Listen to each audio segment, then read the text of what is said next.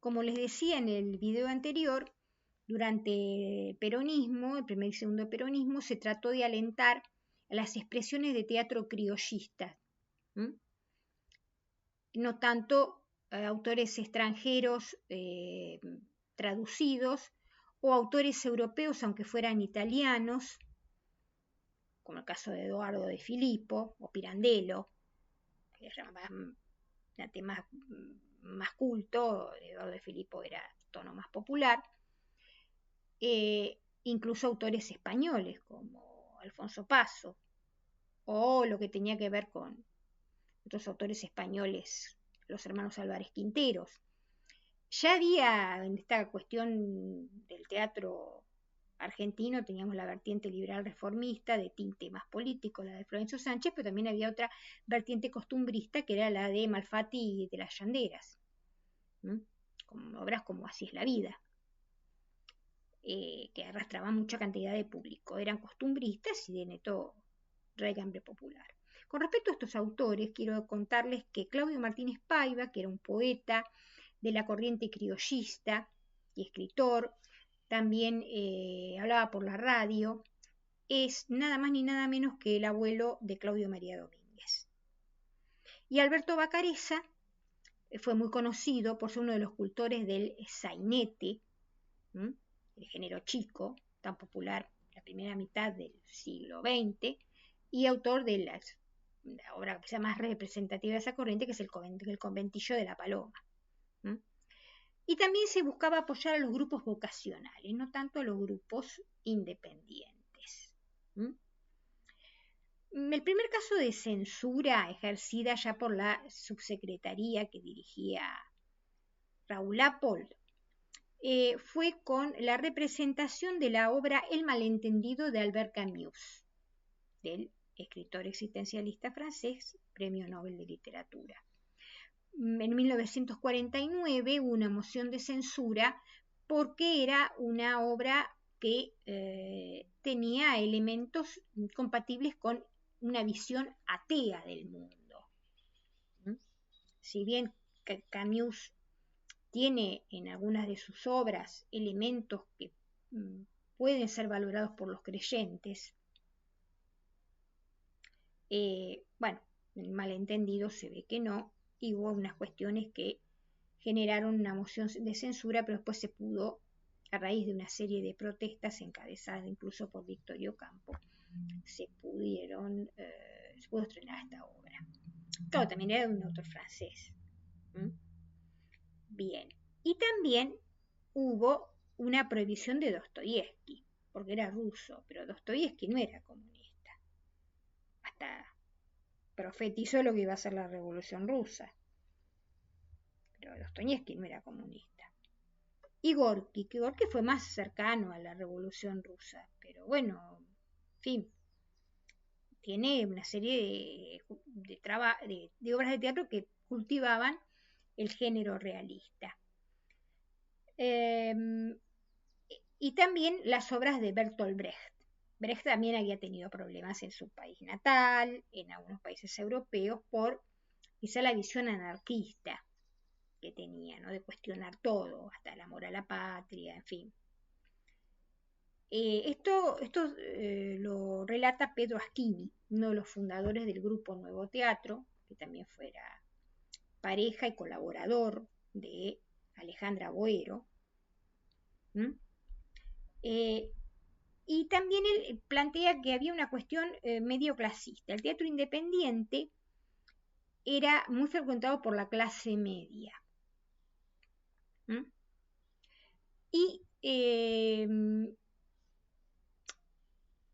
la clase media tenía una postura antiperonista, porque muchos venían del radicalismo, había gente cercana a la izquierda, y tenían la visión del ascenso social, que tampoco el peronismo la dejó de lado, la visión del ascenso social. Pero nunca habló de lucha de clases, sino de armonía entre las clases, y era darle al obrero los beneficios de la clase media, con trabajo.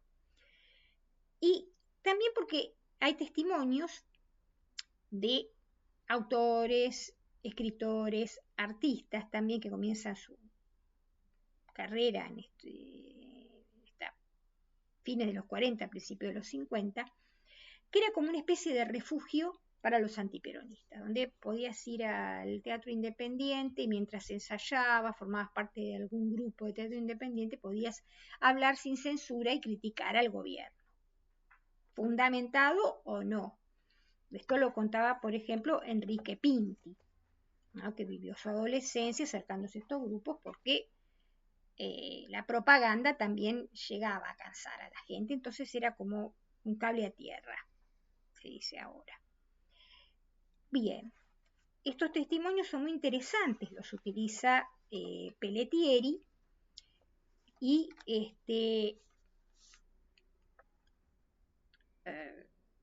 son para establecer como una especie de nuevo análisis, ¿no?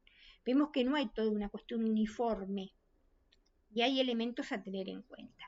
Hasta que se estrena en 1950 la obra El Puente de Carlos Gorostiza, que era un autor joven, un hombre que venía de la provincia de Córdoba, hermano de la actriz Analia Gadé. Y hay una serie de cuestionamientos a la reforma social del peronismo, porque la ven como incompleta. La izquierda la veía como incompleta, bueno, desde la perspectiva de la lucha de clases, la colectivización, en fin, otros elementos. Pero que, si bien tenía algunas cuestiones positivas a la participación de la clase obrera, como lo vieron después otros historiadores, como el caso de Milcíades Peña, no llegaba a comprender los problemas del país, del peronismo. Entonces, lo que se observa en estas obras, sobre todo en El Puente, en el conflicto que se plantea, es que el peronismo hizo mejoras sociales, algunas ya estaban, otras ellos la profundizaron, pero no creó las condiciones para una evolución cultural. Tuvo una postura frente a la cultura de verla como algo elitista y reemplazarlo con algo que ellos creían que era lo popular. Y en algunos casos había autores que el peronismo seguía, pero que tenían en sus escritos elementos elitistas. Y consideraban al teatro independiente, si bien provenía de los grupos de izquierda, como no lo terminaban de admitir, lo veían como un movimiento clasista, donde iban los de la clase media o la gente de izquierda que leían determinados autores, que eran los autores desde Marx en adelante, autores no siempre todos comunistas, pero que lo veían como autores que no reflejaban la realidad del pueblo argentino. Y me viene a la memoria una escena de la película Caballos Salvajes de Marcelo Piñeiro, el protagonista, Héctor Alterio, recientemente fallecido, un hombre que venía de estudiar del teatro independiente. En un momento hace un recitado y le dice al otro actor que lo está escuchando,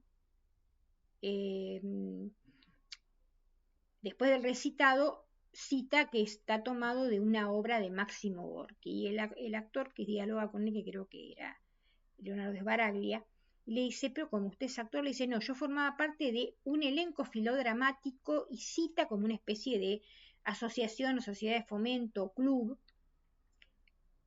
al que iba.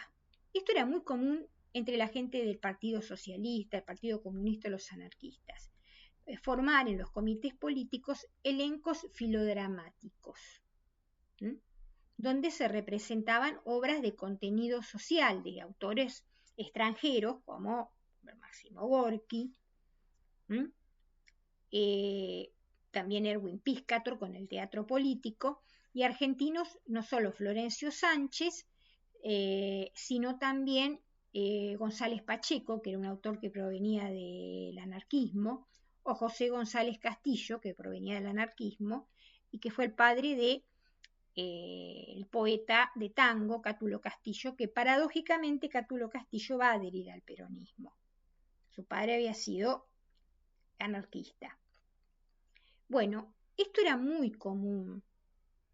Incluso todavía se conservan, yo vivo en Lomas de Zamora, algunas instituciones que, fundadas desde hace muchos años, casi centenarias, tenían esos elencos filodramáticos, o sea, gente que no eran artistas profesionales, gente que trabajaba, estudiaba, tenía su ocupación, pero que veían en el teatro, en este tipo de obras, una cuestión didáctica de acercar a la gente ideales que tenían que ver con la igualdad social, de frenar las injusticias, con la participación en la política y en la sociedad de las clases postergadas. Entonces, esa escena, muy interesante, aparte es un recitado que hace referencia a lo que es la libertad, a no tener ataduras, como muy propio del anarquismo, ¿no? De que el Estado no se meta en mi libertad o me obligue a hacer lo que yo no quiero. Bueno, eso era muy típico. Recordemos que el Partido Socialista Argentino tenía en las casas del pueblo, que eran los comités de ellos, bibliotecas enteras. Yo lo sé porque yo tenía tíos abuelos que eran socialistas y no solo leían autores europeos, también leían autores norteamericanos, como Sinclair Lewis o Upton Sinclair o Theodore Dreiser, todos aquellos que hacían denuncias sociales o que valoraran la libertad de la gente y que ensalzaran la dignidad también de las clases postergadas. O sea, no eran solamente autores rusos o marxistas o autores europeos, franceses, alemanes, algunos españoles que provinieran no solo del comunismo, el socialismo, del anarquismo. Había también un escritor chino, Lin Yutang, que era muy leído, y era un hombre que no tenía que ver con nada que ver con el maoísmo. Bueno, eso era muy, muy común entre la gente del Partido Socialista y de los anarquistas, también del Partido Comunista. Eso lo relata mucho un escritor, ya fallecido, Andrés Rivera, que provenía de una familia de obreros era comunista, un hombre de origen judío, se llamaba Marcos Ribac, pero su seudónimo Andrés Rivera, que escribió la novela histórica La Revolución es un sueño eterno, que él describe en algunos reportajes que se le hacen cómo era el asistir a un comité, a una casa del pueblo o un comité del Partido Comunista, que había mucho de lectura, mucho de estudio, y también el teatro como una actividad pedagógica para difundir ideas, que también eso lo va a hacer el peronismo. Para tomar ese elemento le va a dar obviamente otra orientación. Bueno, hasta acá Osvaldo Pelletieri. Esto es bastante interesante y hay más todavía, hay mucho más y mucho más para investigar. Bueno, soy la escriba Rosa, denle like a mis videos en YouTube y soy rosabolengo03 en Instagram. Y mi blog es misceláneasmariarosita@blogspot.com.ar. Bueno, que tengan una buena tarde, hoy no hace tanto calor, y que tengamos un buen 2026 para todos. Los saludos. Soy la escriba Rosa, denle like a mis videos.